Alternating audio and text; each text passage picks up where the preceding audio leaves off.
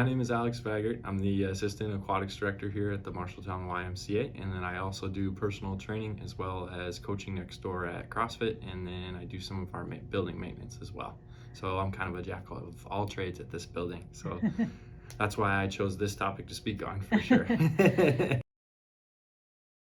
Personally, rest is a very important subject because I have epilepsy. I've had epilepsy since I was 18 years old. I actually had my first episode on my 18th birthday, so happy birthday to me.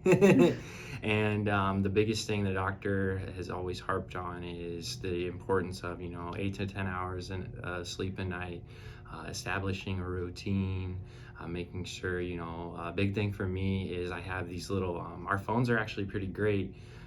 They have, black light or blue light filters on them, do not disturb on them. There's all these little things that I didn't even realize were on my phone until there's actually this app I downloaded on my phone. It's like a Sleep Better app, and it silences my notifications. It shuts that blue light on because that helps basically us get those deeper waves of sleep and whatnot and fall asleep quicker.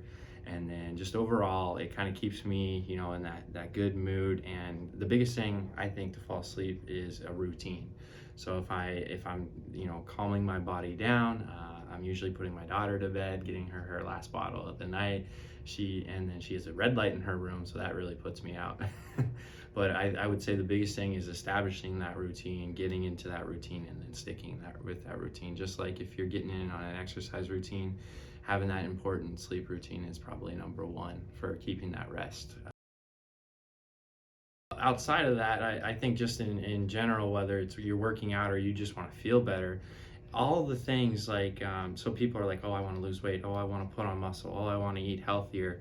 Well, none of those the processes that go in on our body that, so our metabolism, our absorbing that food, converting that into energy, burning that fat, all that stuff, none of that stuff can happen unless we've brought our body down to more of a parasympathetic state, in that resting relaxation mode, rather than that sympathetic up, go, go, go. Because if we're constantly hitting that, that red line, that sympathetic state, our body's going to redline. Just like when a car redlines, we're going to get burnt out. We're not going to want to do anything. So when you're, that's why I always say you don't want to work out, more than at most usually like 2 days in a row, because then your body just can't recover at that point. Those muscles have been hit hard.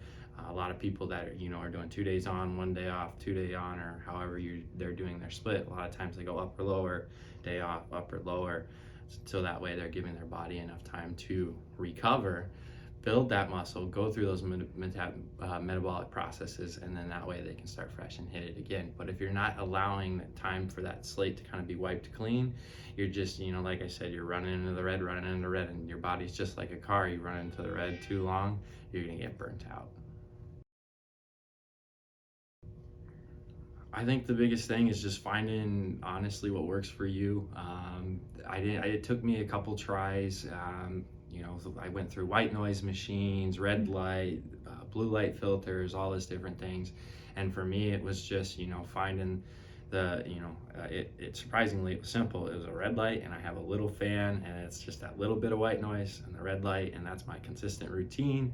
I drink a glass of water before I go to bed, take my last dose of medication, maybe read a little bit of a book, something that's going to kind of calm me for about 10-15 minutes, and then I'm out like a light. So, but yeah, I would say if there's one thing you take away from this entire video, is the key to getting good rest is a routine, and establishing that routine and then sticking with that routine.